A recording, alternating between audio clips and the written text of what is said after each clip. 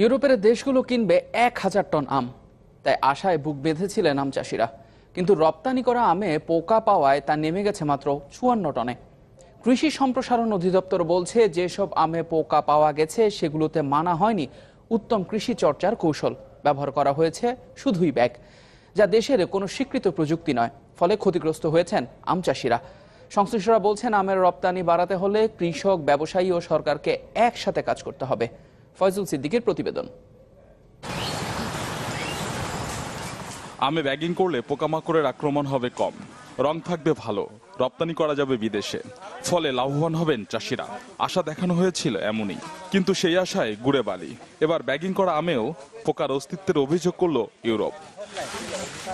ফলে ১,০০০ টন আম রপ্তানির কথা থাকলেও শেষ পর্যন্ত পাঠানো গেছে মাত্র ৫৪ টন।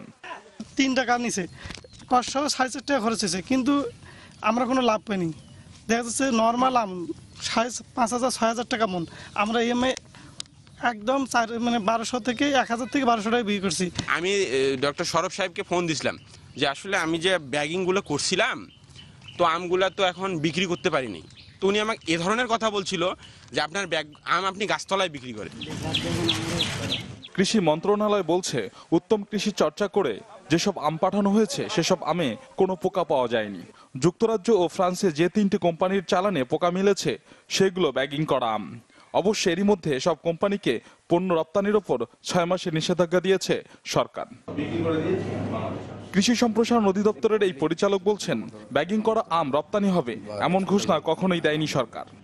বাংলাদেশ কৃষি গবেষণা ইনস্টিটিউট কর্তৃক এটা স্বীকৃত কোনো প্রযুক্তিও না যে আমের ব্যাগিং করলেই সেটা পোকামুক্ত হবে বা এক্সপোর্টেবল আম হবে।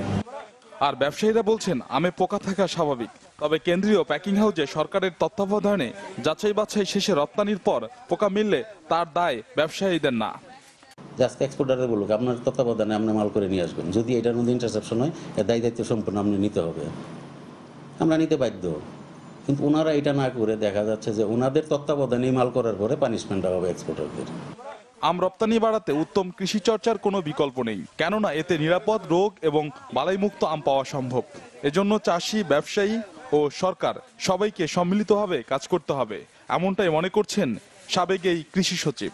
আমার সম্প্রসারণ কর্মীরা কোথায়, সেখানে আমার কোয়ারেন্টাইন অফিসাররা কোথায়, বা আমাদের গবেষণার লোকজন কোথায়, একটা সবাই মিলে কিন্তু একটা প্রেসক্রিপশন করতে হবে বা একটা প্যাকেজে আসতে হবে যে কোন কৃষক জমিতে কিভাবে চাষটা করবে, ব্যাগটা আমি কিভাবে লাগাবো এবং কিভাবে সেট করব, কিভাবে মার্কেটে যাবে।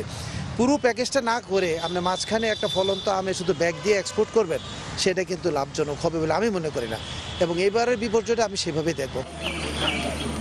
আম চাষে বিশ্বের চতুর্থ হলেও রপ্তানিতে এখনো সেরা 10-এ আসতে পারেনি বাংলাদেশ। ফয়জুল সিদ্দিকী, চ্যানেল 24, ঢাকা।